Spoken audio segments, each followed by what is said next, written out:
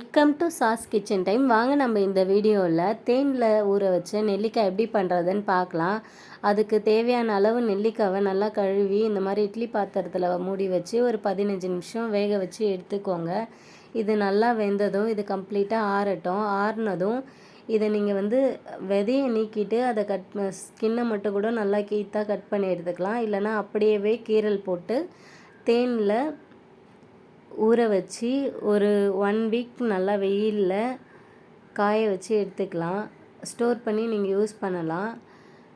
இதில் ரொம்ப முக்கியம் தேனோடைய டேஸ்ட் நல்லா இருக்கணும். தேன் நீங்கள் ஃபஸ்ட்டு நீங்கள் சாப்பிட்டு பாருங்கள். உங்களுக்கு நான் பிடிச்ச டேஸ்ட்டில் இருக்கிற தேனை ஊற்றுங்க.